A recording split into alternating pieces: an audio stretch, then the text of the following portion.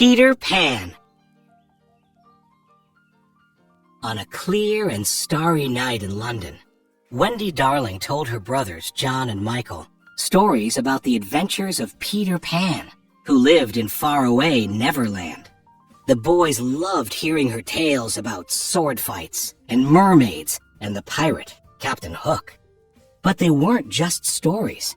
Wendy knew that Peter Pan was real because she had found his shadow and locked it in the Darling nursery. Unknown to the Darling children, Peter Pan often visited to listen to Wendy's stories too. But he had lost his shadow during his last visit. So on that particular night, Peter and his pixie, Tinker Bell, flew back to the nursery to retrieve it.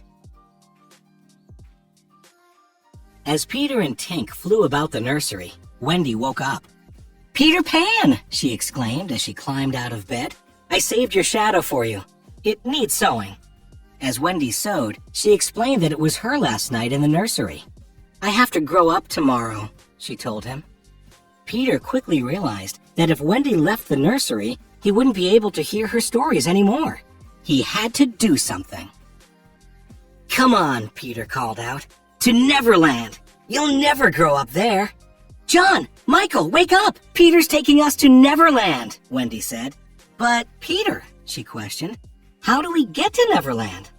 "Fly, of course. It's easy. All you have to do is think of a wonderful thought and add just a little bit of pixie dust," said Peter, shaking Tinker Bell. "We can fly!" cheered Wendy, John, and Michael as they rose into the air. "There it is, Wendy. Second star to the right and straight on till morning," Peter said. Soon, they were flying high above Neverland. The Darling children thought it was the most magical place. They saw Mermaid Lagoon, the Indian camp, and even the Jolly Roger, Captain Hook's ship. It was just like Wendy's stories. On deck of the Jolly Roger, the evil Captain Hook was busy plotting with Mr. Smee. "Blast that Peter Pan! If I could only find his hideout, I'd trap him in his lair," Hook said. Captain Hook wanted nothing more than to destroy Peter Pan.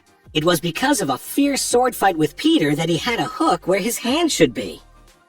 As a result of that sword fight, Peter was also responsible for Captain Hook's other enemy, a crocodile. When Captain Hook's hand fell into the open waters, the crocodile had gobbled it up and had been chasing the captain ever since. Luckily for Captain Hook, the crocodile had also swallowed a clock, so whenever the captain heard a tick-tock sound, he knew he had to run. As soon as Peter and the Darlings landed on Neverland, they couldn't wait to explore. Peter told Wendy he'd take her to Mermaid Lagoon, so John and Michael went with a group of Peter's friends, the Lost Boys, to find some Indians. But the Indians snuck up on John, Michael, and the Lost Boys and captured them. Usually the Indian chief played along and eventually turned them loose. But this time his daughter Tiger Lily had been kidnapped. He thought Peter Pan and his friends were the culprits. Meanwhile, Peter and Wendy were visiting Mermaid Lagoon when they saw Captain Hook and Smee with Tiger Lily. They had kidnapped her. Peter and Wendy followed them to Skull Rock so they could rescue the Indian princess. "Tell me the hiding place of Peter Pan," Hook said. "You'd better talk, my dear, for soon the tide will be in." But Tiger Lily was good friends with Peter Pan and refused to tell Hook where to find him. "Watch this, Wendy," Peter said. He flew down and challenged Captain Hook to a sword fight. Hook fought Peter to the very edge of a cliff, and as Peter backed away, he was fighting in midair. Captain Hook followed Peter off the edge, but he couldn't fly. Hook quickly grabbed onto the cliffside with his hook. Then he heard a familiar sound. Tick-tock, tick-tock, tick-tock. "I'll get you for this, Pan!" he yelled before falling into the water. Smee rushed to save the captain, while Peter and Wendy quickly swooped down and saved Tiger Lily. The Indian chief was so happy to see his daughter again that he freed John, Michael, and the Lost Boys. "Bravo!" They all cheered for Peter. But Hook wasn't giving up. He had Smee kidnap Tinker Bell and bring her to the Jolly Roger, hoping she would reveal where Peter's hideout was.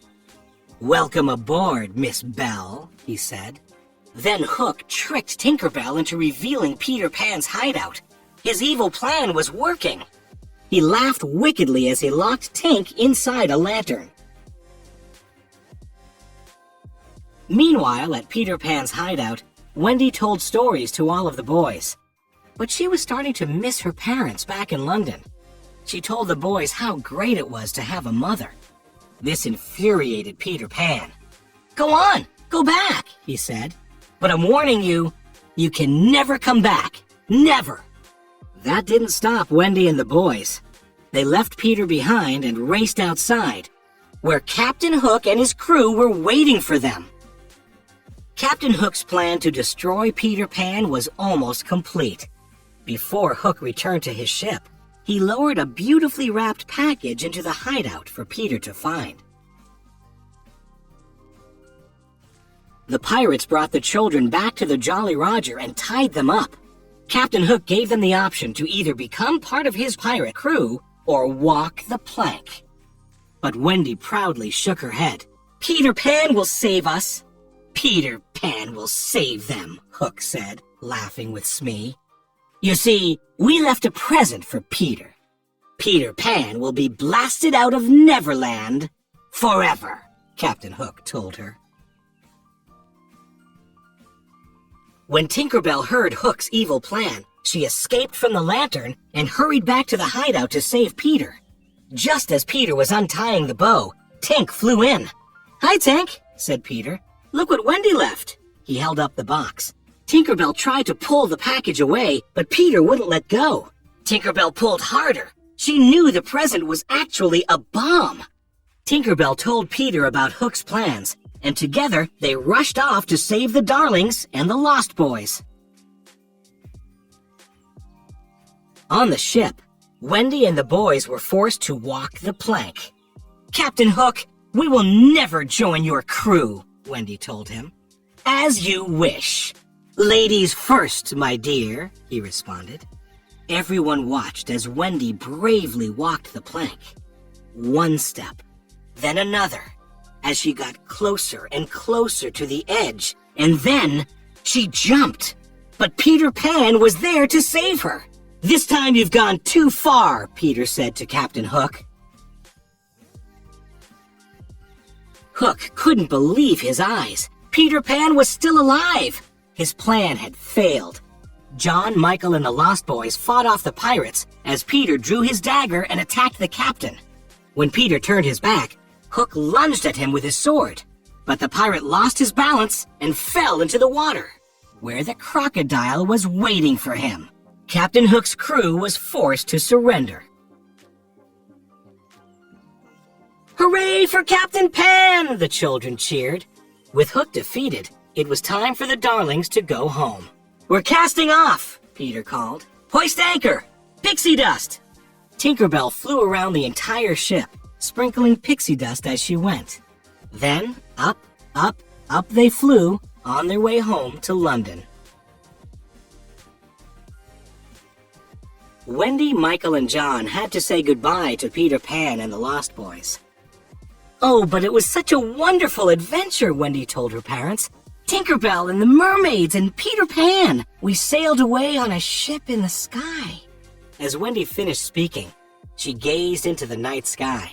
She would never forget her adventures in Neverland with the boy who never grew up.